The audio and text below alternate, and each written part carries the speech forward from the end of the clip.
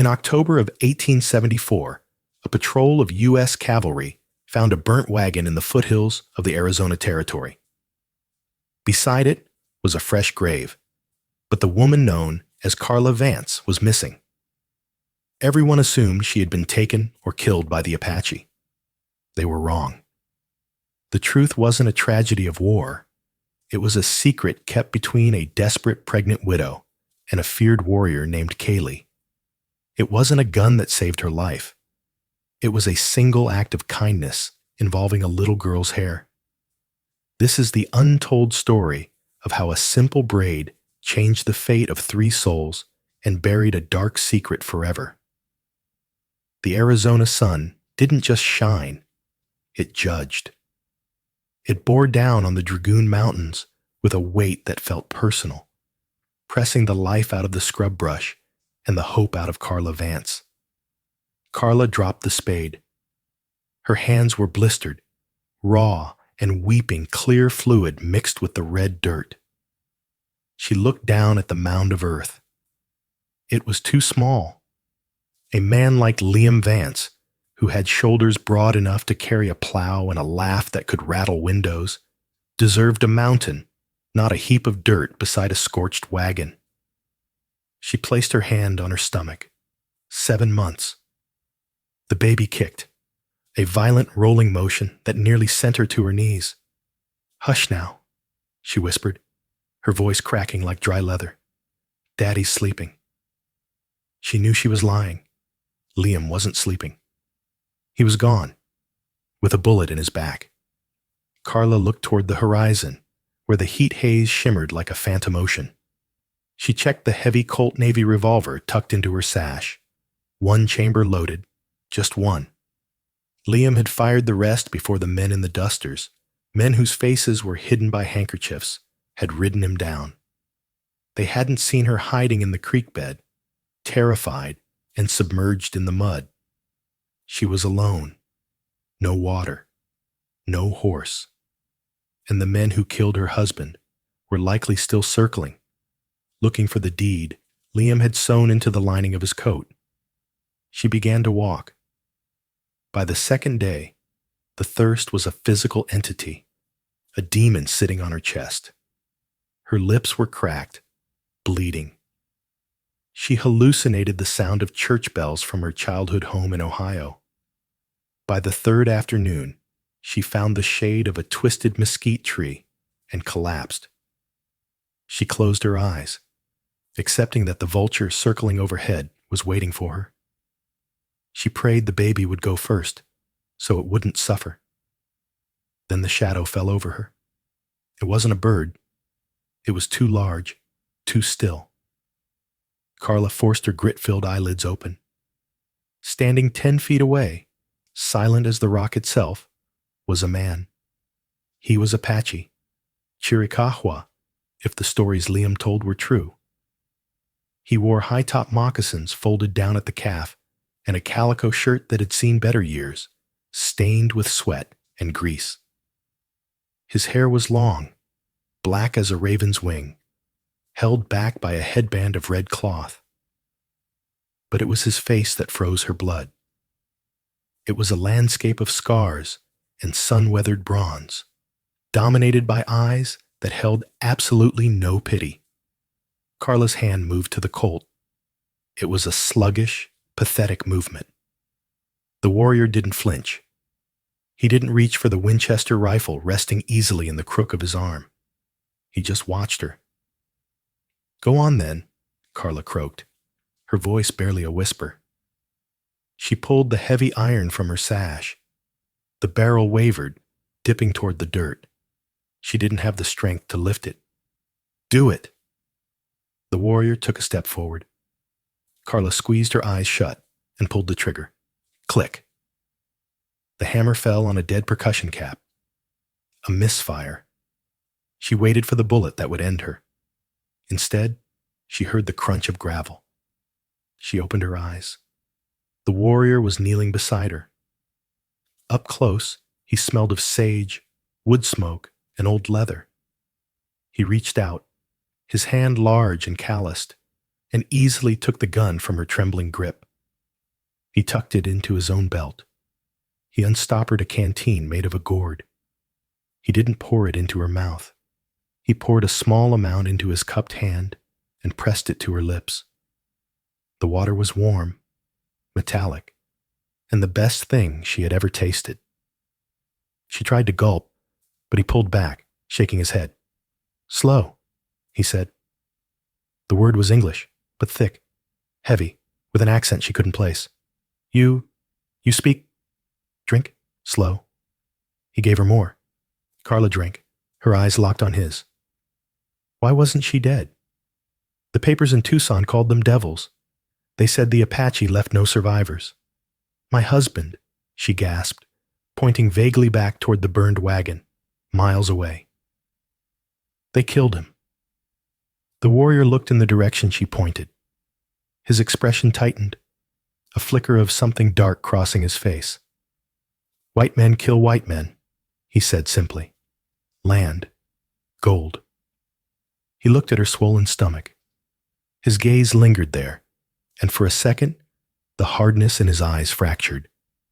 He looked away, toward a ridge of rocks to the north. "Up," he commanded. "I can't."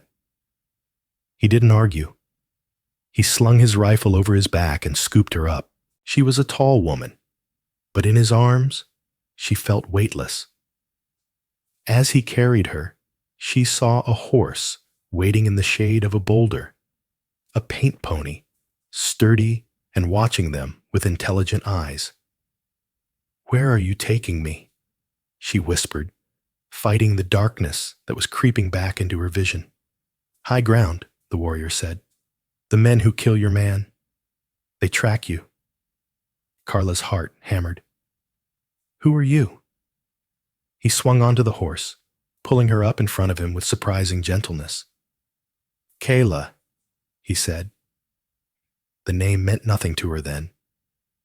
But later, she would learn it meant hawk.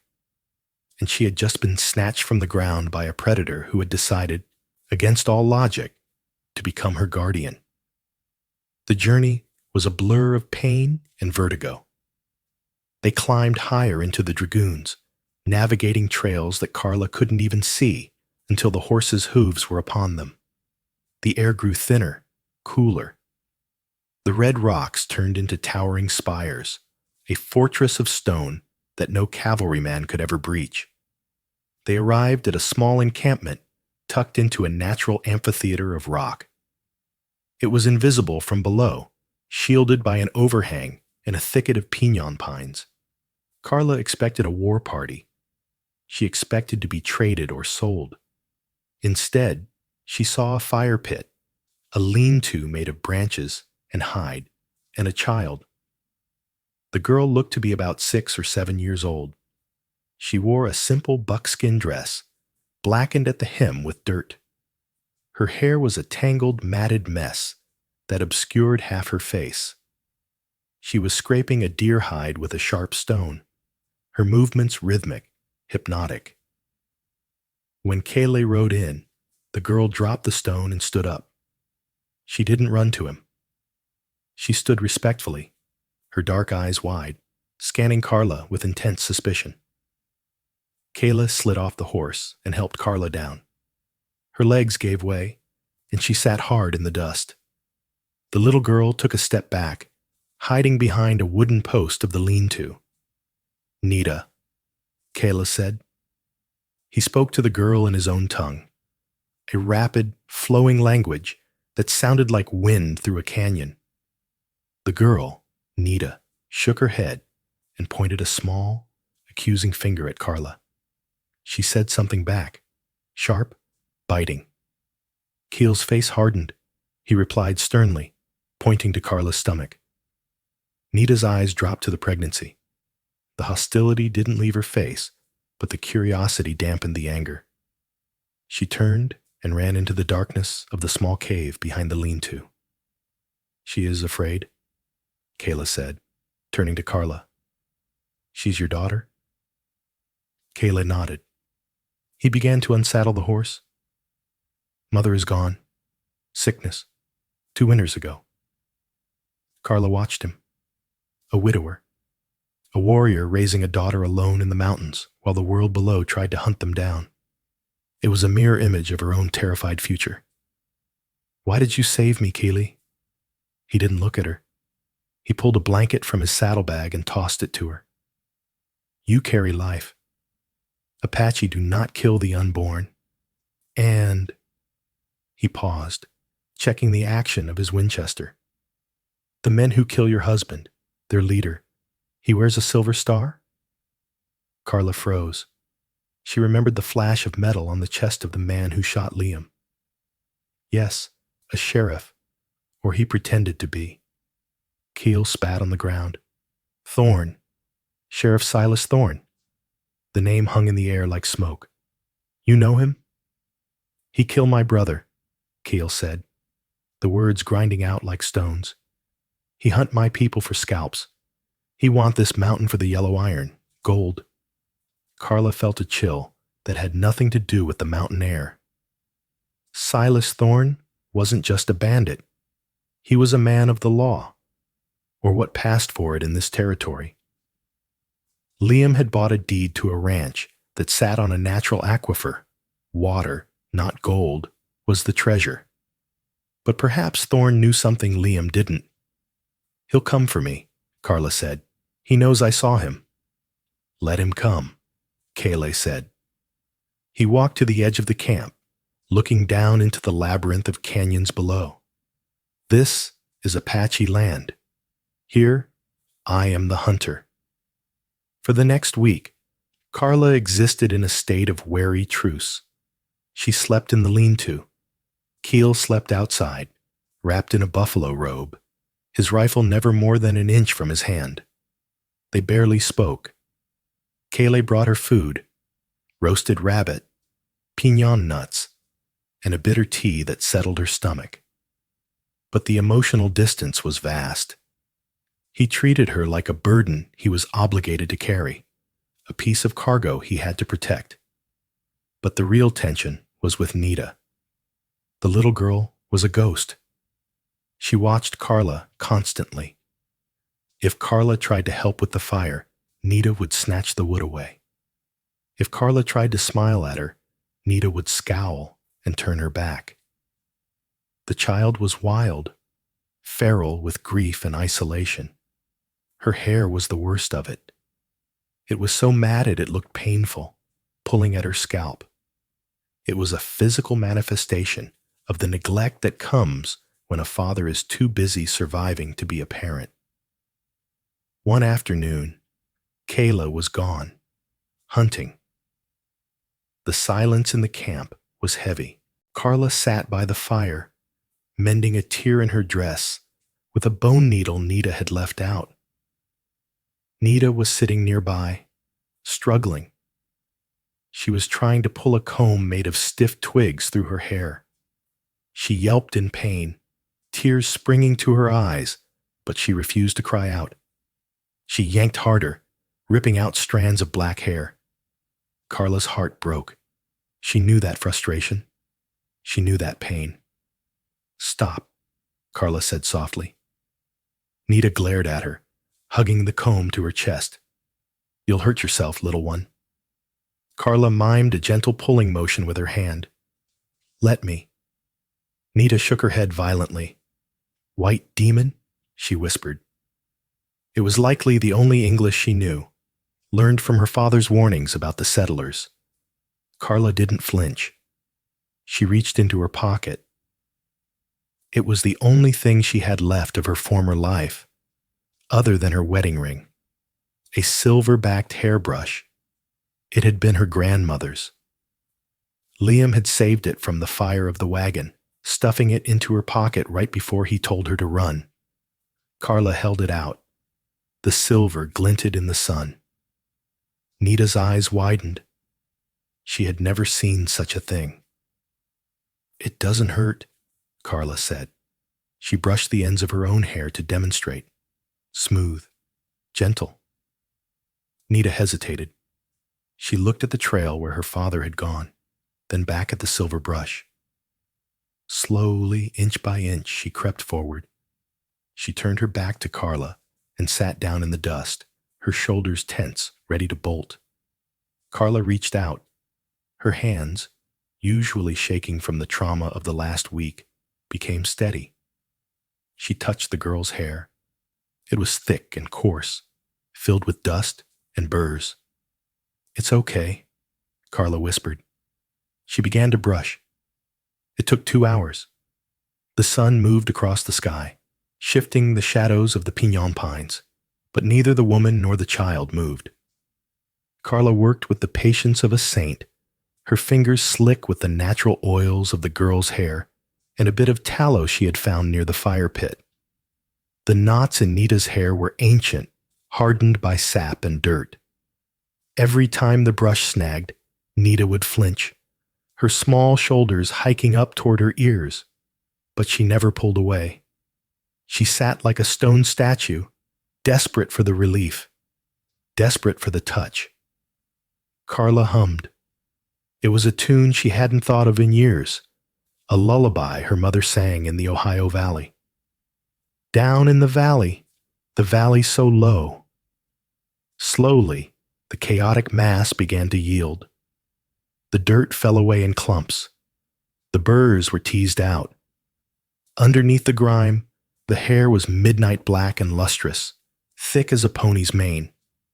When the brushing was done, Carla didn't stop.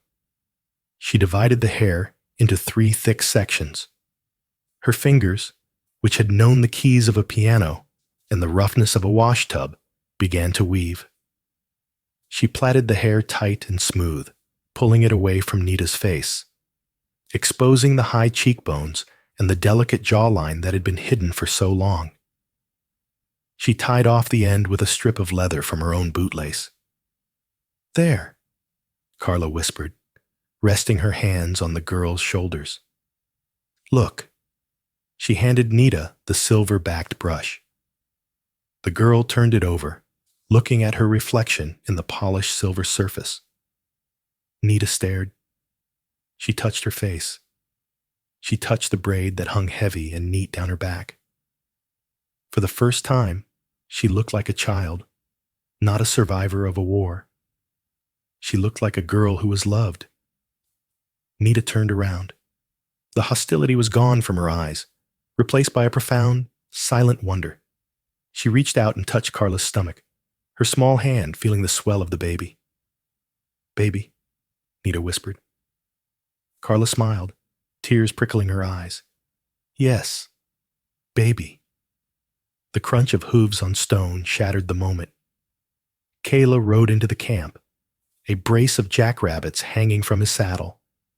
He swung down, his face a mask of exhaustion and vigilance. He froze when he saw them. He dropped the rabbits in the dirt.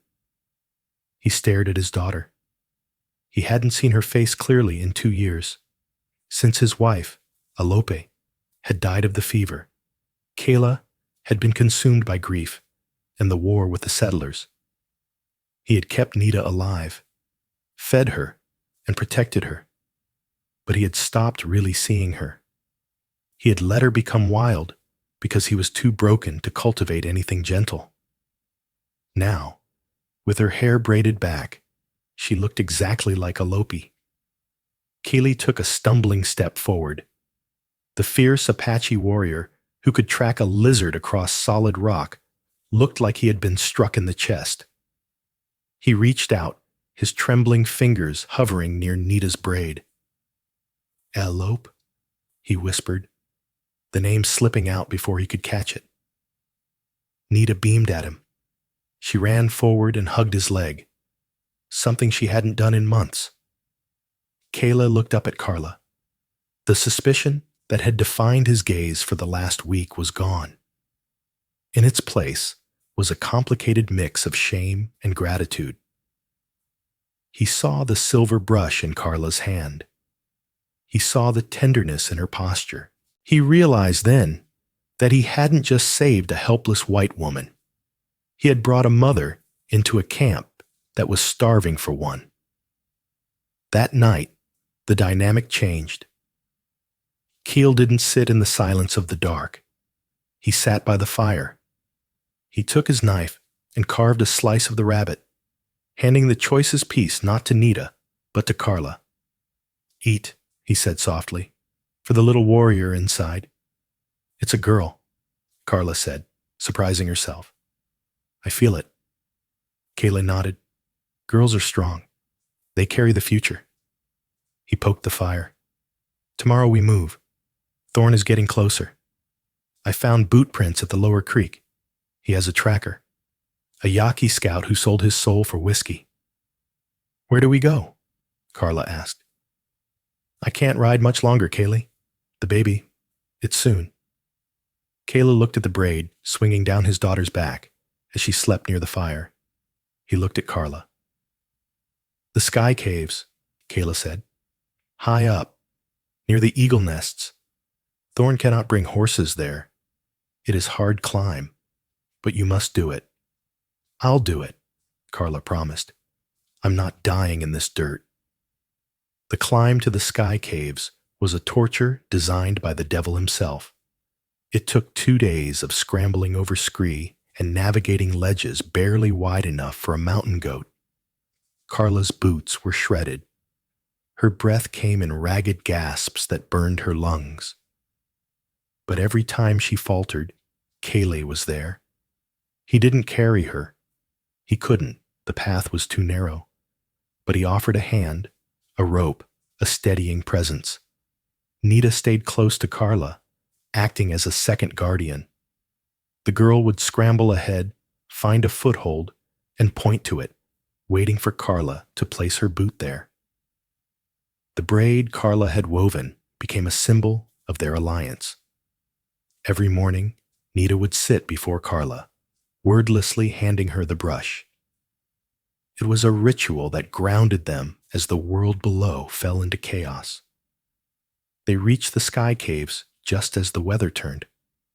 November in the Dragoons brought biting winds and freezing rain. The cave was deep and dry, protected by a massive overhang. From the mouth, they could see for 50 miles, a sea of brown and red earth. But the view brought bad news. Kaylee stood at the edge, his telescope, taken from a dead soldier years ago, trained on the valley floor. "Smoke," he said. Carla waddled to the edge, wrapping her shawl tighter. "Where?" "The canyon mouth, 3 miles down." Keela collapsed the telescope. They found the horse. They had set the paint pony free 2 days ago, hoping it would lead Thorn's men away toward the south. But Silas Thorn was not a fool. "How many?" Carla asked. 6. "And the tracker?" Keel turned to her. He checked the ammunition in his belt. He had 14 bullets for the Winchester and 6 for his revolver. "I have to go down. I have to blind them." "Blind them?" "If they find the trail up the ridge, they will trap us here. I must erase the path." Carla grabbed his arm. Her grip was strong, desperate. "If you don't come back—" "I come back," Kayla said.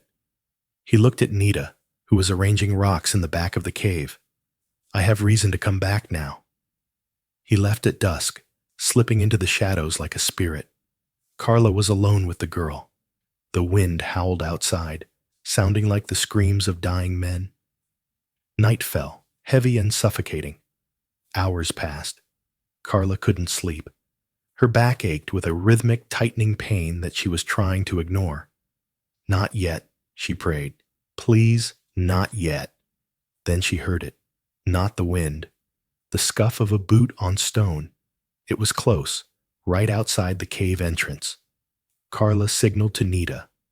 The girl's eyes went wide.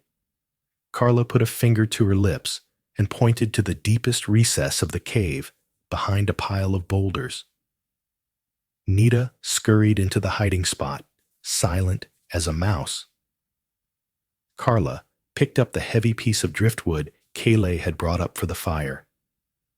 She stood against the wall of the cave entrance, her heart hammering against her ribs like a trapped bird. A shadow fell across the moonlight on the cave floor.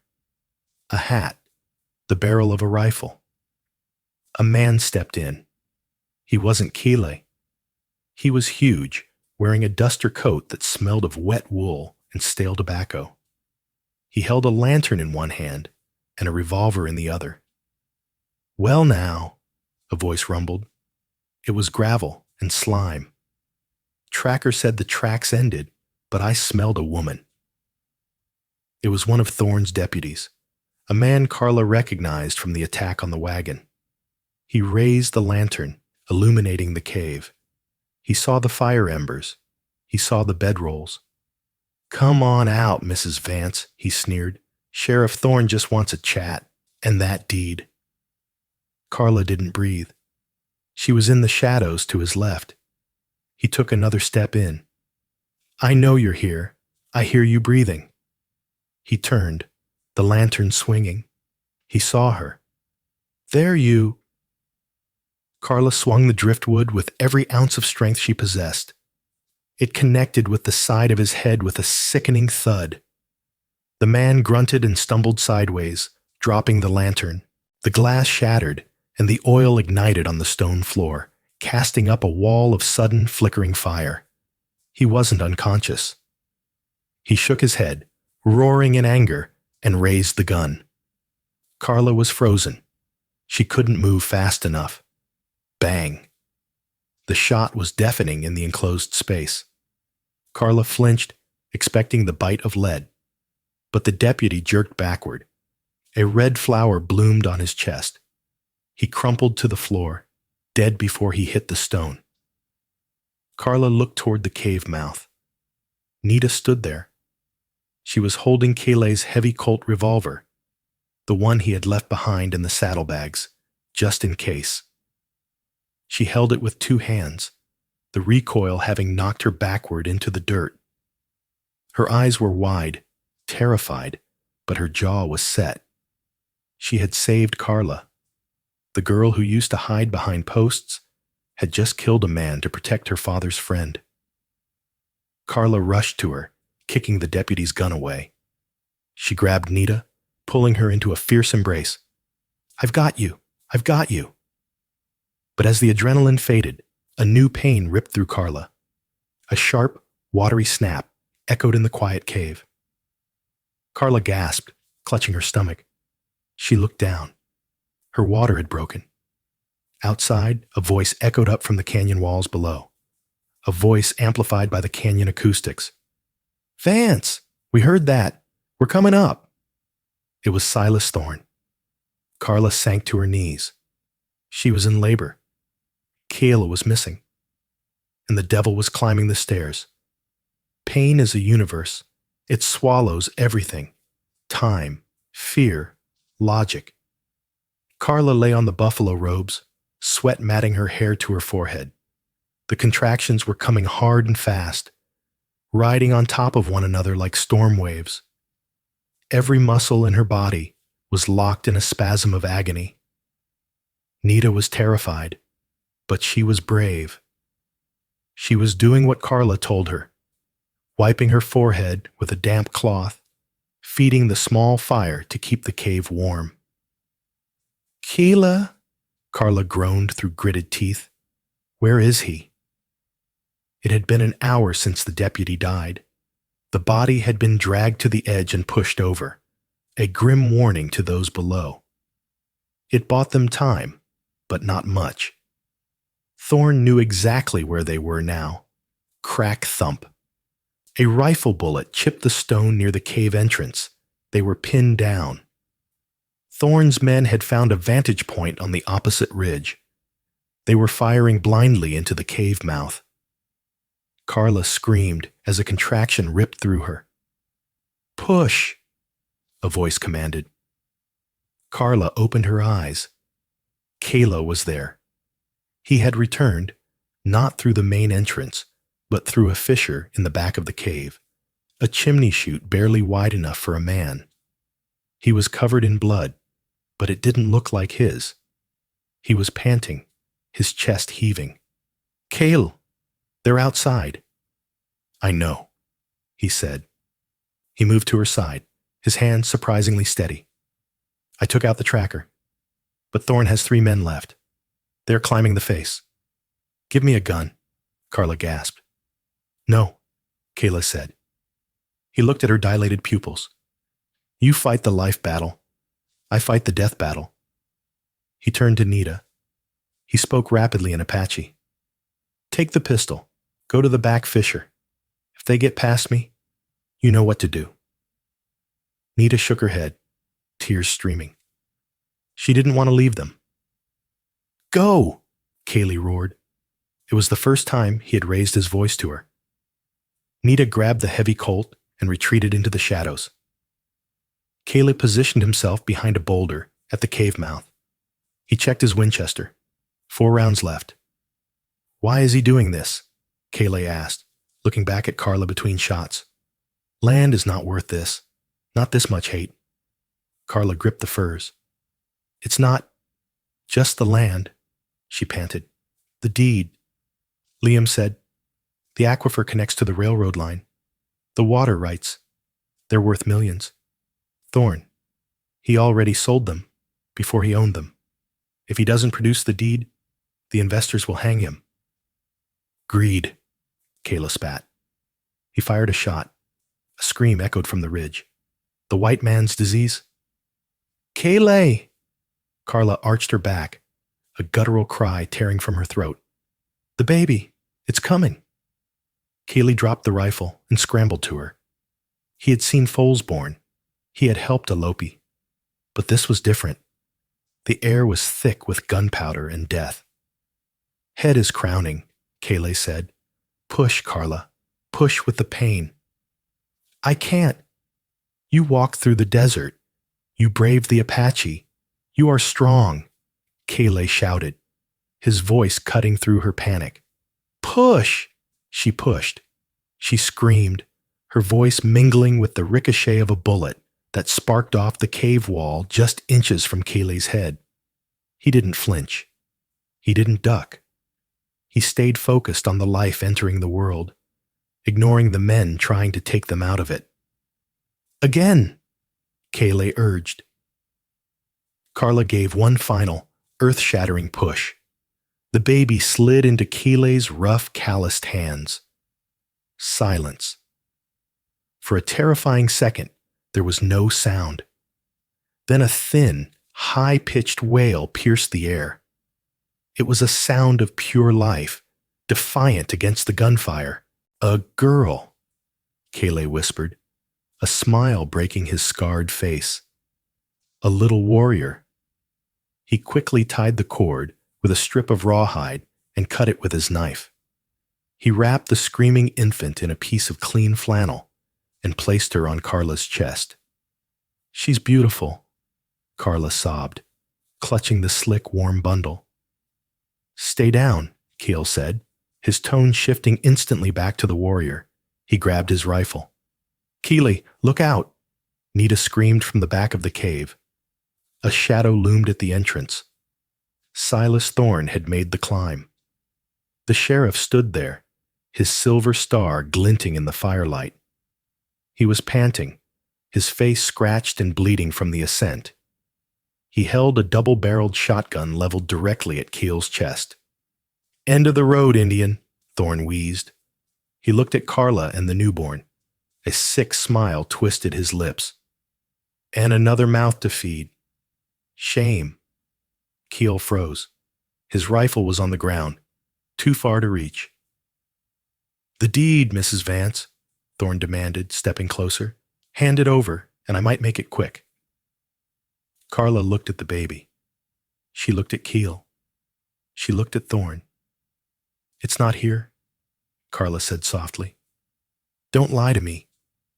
Thorne cocked the hammers of the shotgun. I'll kill the savage first, then the girl, then the baby. It's in the braid, Nita's voice rang out. Thorne spun around. Nita stepped out of the shadows. She wasn't holding the gun. Her hands were empty. What? Thorne snapped. The paper, Nita said, her voice trembling but loud. She wove it into my hair, inside the braid. Thorne's eyes narrowed. He looked at the thick, intricate plait running down the girl's back. It was plausible.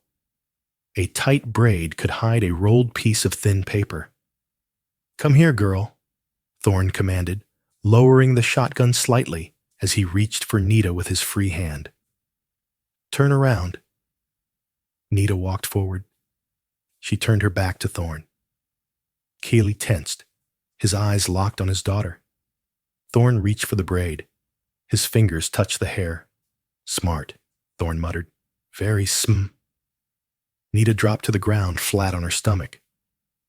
Behind her, hidden in the darkness of the fissure, Carla saw the glint of the Colt Navy revolver propped on a rock, aimed perfectly at waist height. Nita hadn't been holding it. She had set it up as a trap. Thorne blinked, looking down at the empty space where the girl had been. Boom! The Colt fired, not by a finger, but by a string Nita had tied to the trigger and yanked as she fell.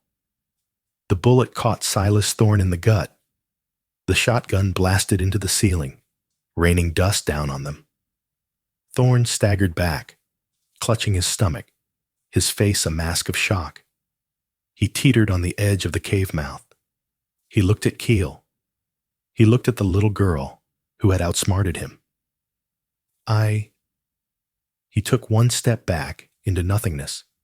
He fell silently, vanishing into the dark canyon below.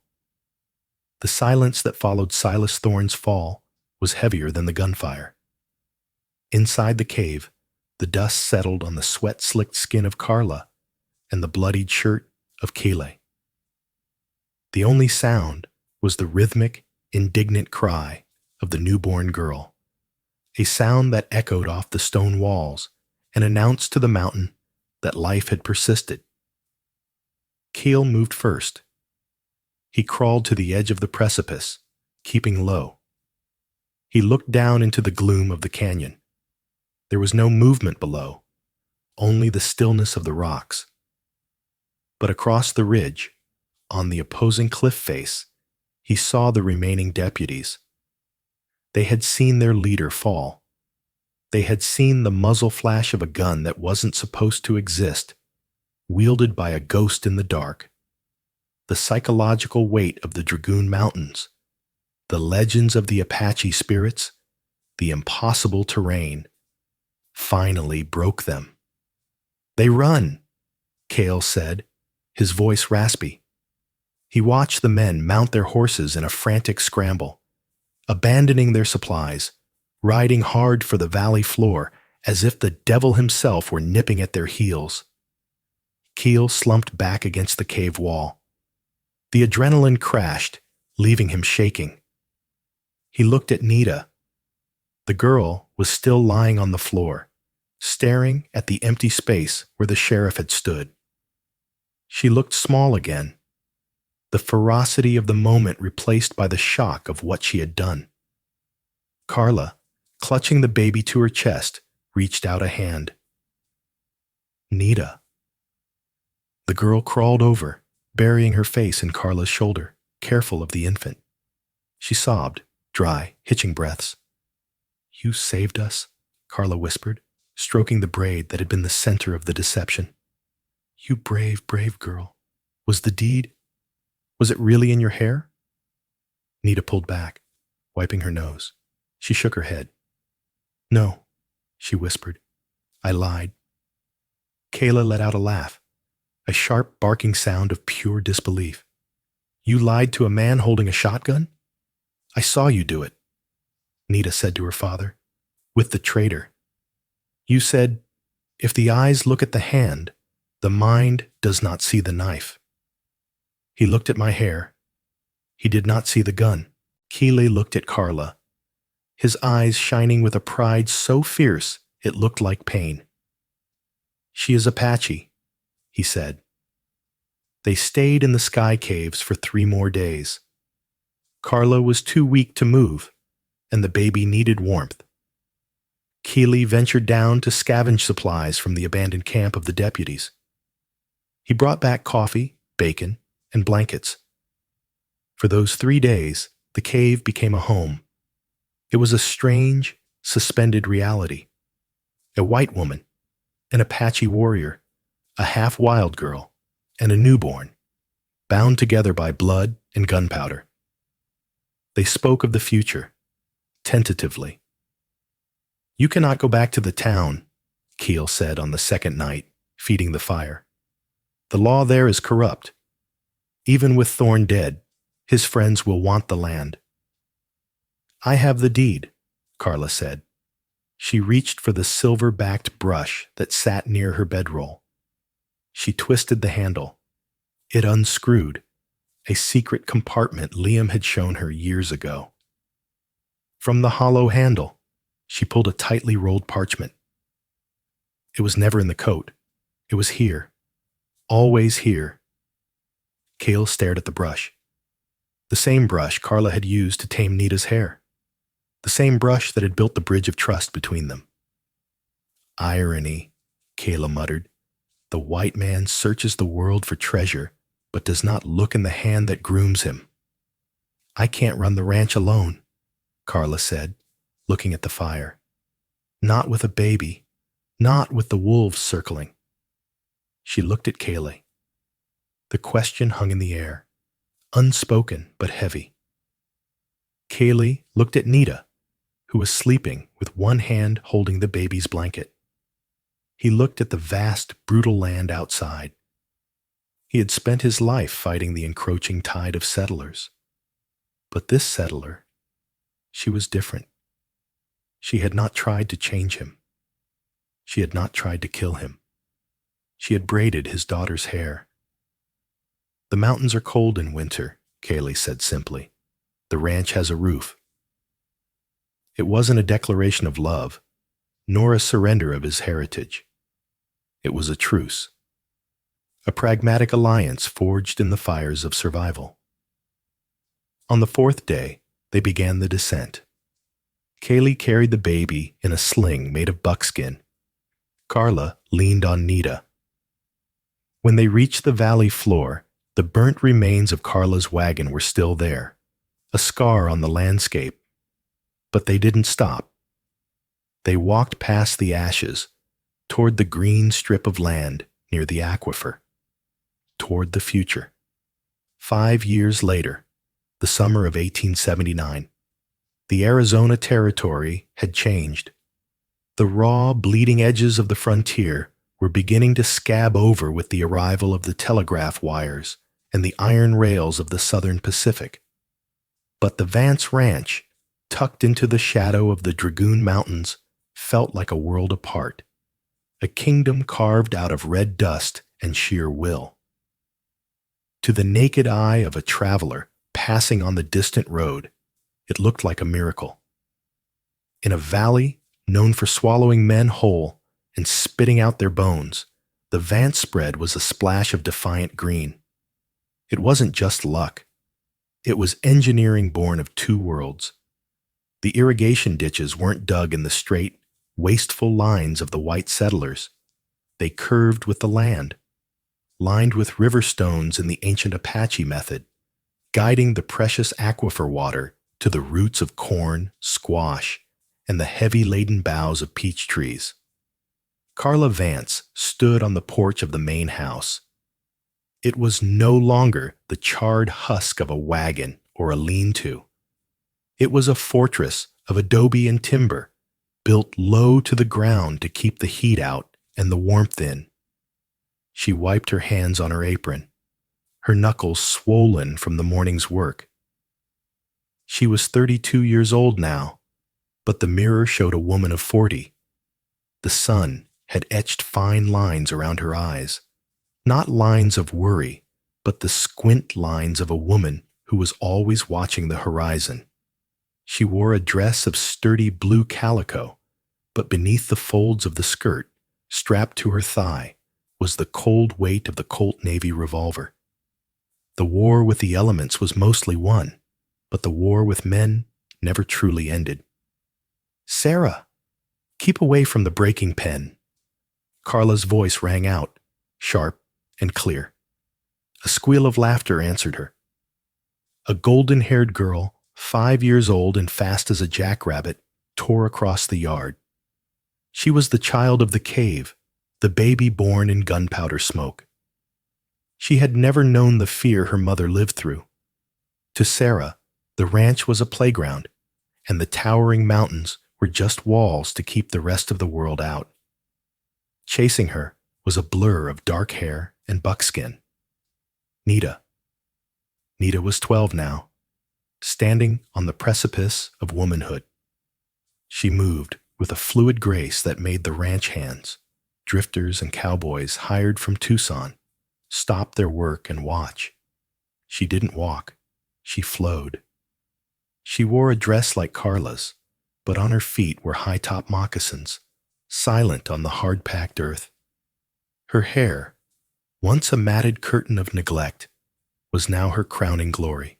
It was thick, glossy black, and braided with a precision that was almost architectural, hanging heavy down her spine, tied with a ribbon of blue silk. Nita caught Sarah near the water trough, swinging the little girl up into the air. Sarah shrieked with delight, her small hands tangling in Nita's dark braid. They looked like day and night, the blonde pioneer child and the Apache maiden, spinning in the dust, sisters in every way that mattered. From the round pen near the barn, a rhythmic thud, thud, thud of hooves provided the heartbeat of the afternoon. Kayla was in the ring. He had not cut his hair. He wore the denim trousers and vest of a ranch foreman, but he refused the hat. He wore the red headband of the Chiricahua. He was working a raw Mustang, a roan with madness in its eyes. The other hands usually broke horses with whips and spurs, breaking the animal's spirit to mold its will. Cale didn't use a whip. He stood in the center of the ring, holding a lead rope, speaking in a low, guttural hum. He moved with the horse, not against it. When the Mustang reared, striking at the air with hooves that could shatter a skull, Caleb didn't flinch. He waited. He projected a calm so profound it felt like a physical weight. Slowly, the horse dropped its head. It exhaled, a long, shuddering breath, and walked to Keela, nuzzling his chest. The ranch hands, watching from the fence, leaned back, spitting tobacco juice into the dirt. They feared Keela. They called him the ghost of the dragoons when he wasn't listening. They knew the stories. They knew that 5 years ago, a sheriff and 3 deputies had vanished into thin air pursuing this man. They knew that the graves in the canyon were unmarked. They worked hard, and they didn't ask questions, because the pay was good and the protection was better. But the peace of the afternoon was shattered by a sound Carla hated more than the howl of a coyote, the rattle of buggy wheels. Carla stiffened on the porch. Her hand drifted subconsciously toward her hip. A black buggy, coated in the pale dust of the trail, turned off the main road and clattered under the wooden arch of the ranch entrance. The driver was a man in a suit that cost more than the yearly wages of everyone on the ranch combined. It was Mr. Henderson, the lawyer from the railroad company. He had been circling for months, like a vulture that smelled sickness. First came the letters, polite and flowery. Then came the surveyors, sneaking onto the South Ridge. Now, the man himself. Carla didn't step down to greet him. She made him walk to her. It was a power play, one she had learned from Calais. Make the enemy cross the open ground. Henderson climbed out, dusting his lapels with a handkerchief. He was a soft man, pink-faced and sweating in the heat. He adjusted his spectacles and looked up at Carla with a smile that didn't reach his eyes. "Mrs. Vance," Henderson called out, his voice oily. "A pleasure, as always. You've done wonders with the place. Truly, it's a Garden of Eden." "I have work, Mr. Henderson," Carla said, her voice flat. "The peaches need harvesting, and the cattle need branding." Unless you're here to buy a steer, you're wasting daylight. Henderson chuckled, walking up the steps. He stopped 2 stairs below her, forced to look up. Always the pragmatist. I admire that. I really do. But I'm afraid the Southern Pacific is growing impatient. We need a decision on the easement. I gave you my decision, Carla said. No. Mrs. Vance, Henderson sighed, opening his leather portfolio.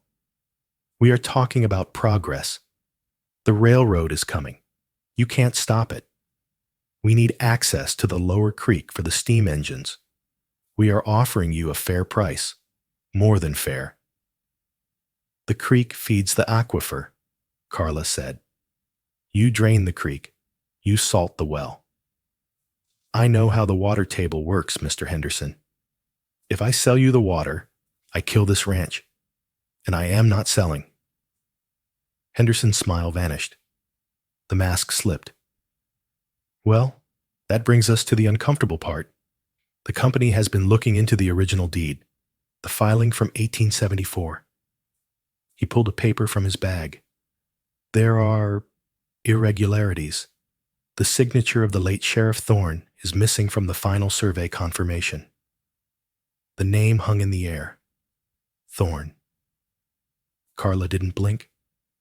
Sheriff Thorne disappeared before he could sign a lot of things. That doesn't make the deed invalid. My husband paid for this land in gold. Yes, disappeared, Henderson said, his voice dropping to a conspiratorial whisper. A tragic mystery. But without that signature, the territory could declare this land open range. The railroad could simply take it. We are trying to be benevolent, Mrs. Vance. We don't want to dig up the past, or anything else that might be buried in those mountains. It was a threat, a direct one. He was implying that if she didn't sell, they would launch an investigation into Thorne's death. They would bring the U.S. Marshals. They would hang Keel. Carla felt a cold spike of fear in her chest, but she didn't show it. She opened her mouth to speak, to tell him to get off her property, but a shadow fell over Henderson. Kaylee was there. He had moved from the corral so silently that Henderson hadn't heard him. He stood at the bottom of the stairs, smelling of horse sweat, sage, and leather. He held a skinning knife in his hand, idly cleaning his fingernails with the tip. Henderson jumped, nearly dropping his portfolio. He looked at the Apache warrior, the scars on his face, the dark, unreadable eyes, the sheer physical lethality of the man. Mr. Henderson, Carla said, her voice gaining a new steel. You've met my foreman. Yes, Henderson stammered, stepping back. Kaylee didn't look at Carla. He looked straight at the lawyer. The water stays, Kaylee said. His English was much better now, though he still spoke with the cadence of the mountains. Now see here, Henderson blustered, trying to regain his dignity. I am a representative of the Southern Pacific Railroad. You cannot threaten. I do not threaten, Cale interrupted softly. He pointed with the knife toward the jagged peaks of the Dragoon Mountains behind the house. You look for a signature? You look for paper? The Apache signed this land long ago. We signed it with blood. Keel took a step forward. Henderson took 2 steps back, colliding with the wheel of his buggy. Sheriff Thorne came here for paper, too, Keel continued, his voice dropping to a rumble that vibrated in Henderson's chest. He wanted to take. He found the mountain does not like thieves. The mountain is hungry, Mr. Henderson. Do not feed it. The subtext was terrifyingly clear. We killed the last man who tried this. Do not make us kill another. Henderson looked from Kaylee's knife to Carla's cold, hard face. He looked at the ranch hands, who had stopped working and were watching, hands hovering near their belts. He realized then that he wasn't dealing with a simple widow. He was standing in the middle of a fortress commanded by wolves. I will relay your position to the board," Henderson squeaked. He scrambled into the buggy, fumbling with the reins. "But this isn't over. The law ends where the water begins," Carla called out. Henderson whipped his horse, and the buggy tore out of the yard, kicking up a cloud of dust as it fled back toward civilization. Carla watched him go until he was just a speck. Her shoulders slumped slightly, the adrenaline fading. Kaylee sheathed his knife. He walked up the steps and stood beside her. He didn't touch her. They rarely touched in public, but his presence was a buttress she leaned against. "He will come back," Kayla said. "Let them come," Carla replied, echoing the words he had said to her in the cave 5 years ago.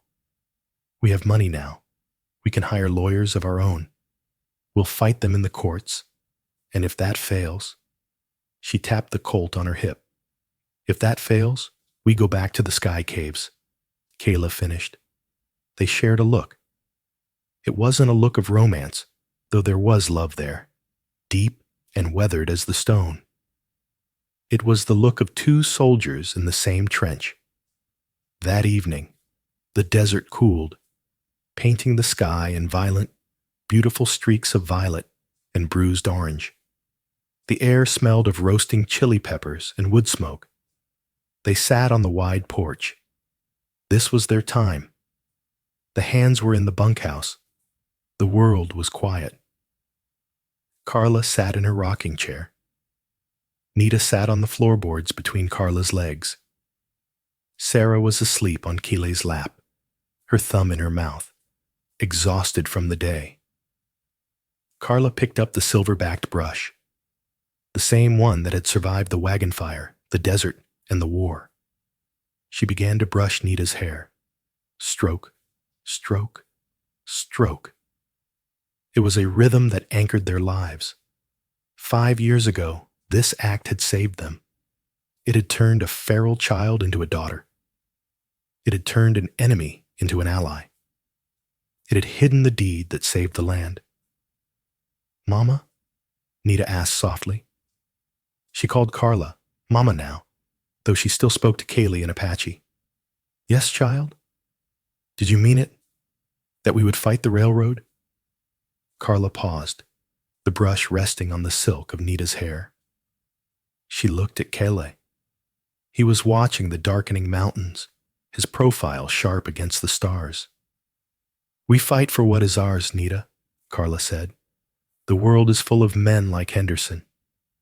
Men who think that power comes from a badge or a bank account. They don't understand." "What don't they understand?" Nita asked. Kaylee spoke then, his voice rumbling in the twilight. "They do not understand that a family is not made of blood," he said. "It is made of the braid." He looked at the women. 3 strands, he said, gesturing to them. The mother, the father, the child. Alone, the strand breaks. The wind snaps it. But woven together? He made a twisting motion with his hand, a fist that could not be opened. It is stronger than the rope that hangs a man, stronger than the iron rails. Carla smiled, tears prickling her eyes. She resumed brushing, her fingers deftly separating the dark hair into 3 thick sections. "Left over middle, right over middle," Carla whispered, the mantra of the weave. She braided the hair tight and strong. She tied it off with a leather strip. "Done," she whispered. Nita turned around. Her face was beautiful, strong, carrying the legacy of her Apache mother and the resilience of her adoptive white mother. "We are the braid," Nita said. The sun finally dipped below the horizon, plunging the Dragoon Mountains into darkness. Somewhere up there, in the high canyons, the wind howled through the sky caves, singing a song of the dead. But down here, in the valley, the lights of the Vance Ranch burned bright and steady, a beacon that no darkness could swallow. That photograph you're looking at was taken in 1881. It hung in the hallway of the Arizona State Capitol for years, mislabeled simply as Pioneer Family. No one knew the real story. No one knew that the man was a Chiricahua warrior named Kale, or that the woman, Carla Vance, was a fugitive who had killed a corrupt sheriff to protect her children. They say the West was won with Winchesters and whiskey, but on the Vance Ranch, it was won with something far more powerful, a simple act of kindness, a hairbrush, a braid. Carla and Kaylee never married in a church. Society wouldn't allow it.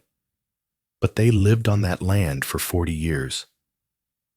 They raised Nita, who went on to become one of the first Native American teachers in the territory, bridging the gap between two warring cultures. And that little blonde girl, Sarah, she kept the ranch. Her great-grandson still lives there today. He says that sometimes, when the wind blows through the canyons, you can still hear the sound of a lullaby and the steady rhythm of a brush moving through hair. It makes you wonder, doesn't it? In your darkest hour, when the whole world is against you, who would you trust? The law that abandoned you, or the enemy who offered you water? If this story touched your heart, or if you just love a good ending where the corrupt politicians get sent packing, please hit that like button. It helps get these stories out to more people. Make sure to subscribe and ring that notification bell so you don't miss our next episode. Next week, we're heading to Deadwood to uncover the truth about Wild Bill's final hand. What do you think was the most powerful moment? Was it the cave or the confrontation with the lawyer? Let me know in the comments below. Until next time, keep your powder dry and hold your family close.